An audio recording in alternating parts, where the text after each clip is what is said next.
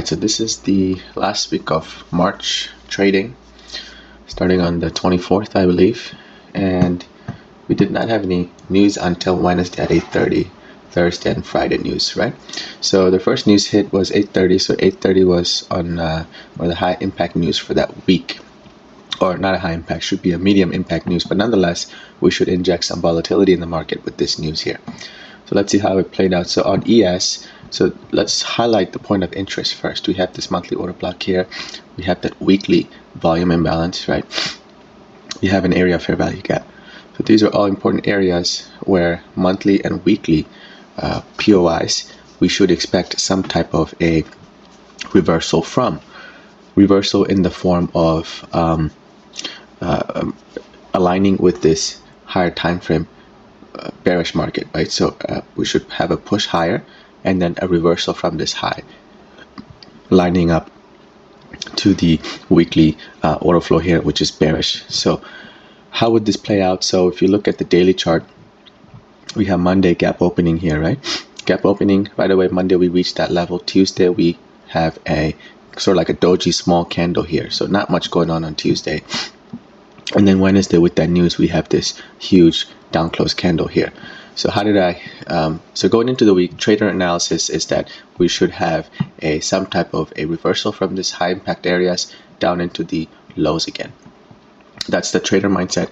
That's the analysis mindset. The trader mindset would have to utilize that plus the SMT to get in line with these trade. So how did I trade this? So if I go down to a 30-minute chart, so Monday I did not trade because Monday is a gap opening up into this area.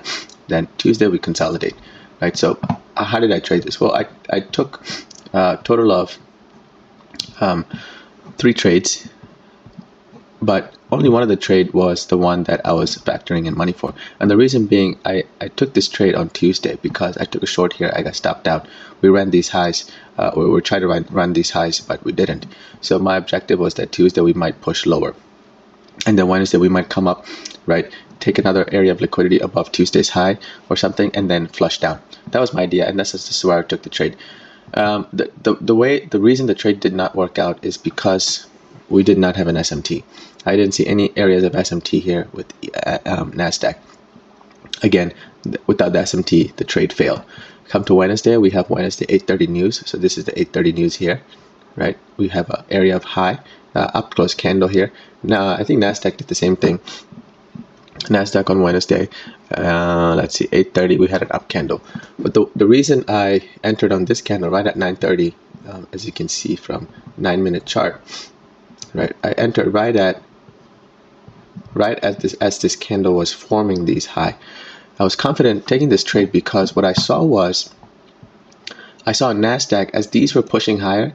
This candle was forming lower, right? So NASDAQ candle on that 9:30 was definitely not a high candle. It was forming 936 candle right here. So it was forming a low. So if you look at this candle on NASDAQ, 9-minute candle on NASDAQ on Wednesday, right at the market opening, 936 candle right here. It's forming that low, right? So we're not interested in taking these highs like we were for ES. So I entered right at that candle and I took profit somewhere around this candle. But nonetheless, this candle paid up heavily that day. How did I decide to take profit? Well, I decided to take profit based on the London lows, right? And I had Tuesday lows here. So these area of consolidation lows, and eventually Tuesday lows is where I was aiming for that expansion, right? Another way that I could have taken this trade would be based on these numbers here, 2, right? We have a manipulation higher, 2, 2.5, and then finally 4. Another way that I could have taken this take profit would have been this area of gap, the Monday or the new week opening gap. I had originally my take profit at the lowest end at this, but then I moved it up here because it ended up being 1-to-4 risk to ratio trade. So I was pretty comfortable with that kind of risk to reward ratio. Another way I could have measured this is to be more accurate is we could have measured this up candle and just the body to take profit around 2.5. So I think that's what I ended up going. That kind of aligned with, if you look at 9-minute chart, if you if you just measure the body, right, instead of measuring the wick, you'll see that it aligns with 2.5. This is where I ended up taking profit. And then if you match it up with previous day's low, this is where the profit taking happened.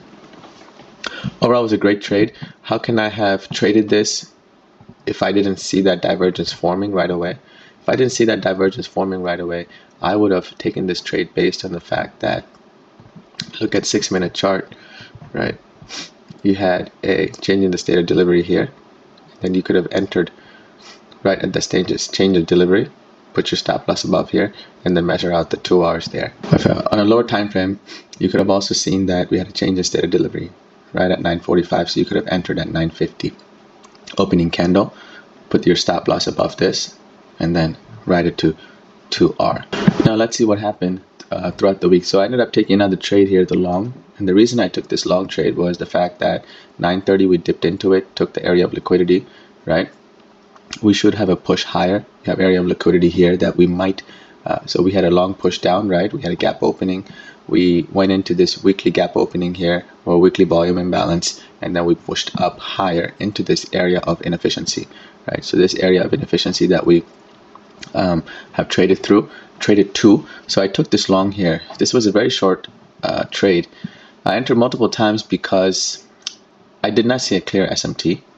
That's number one. And I exited early because I didn't see any SMT, and I exited. Nonetheless, this is a profitable trade.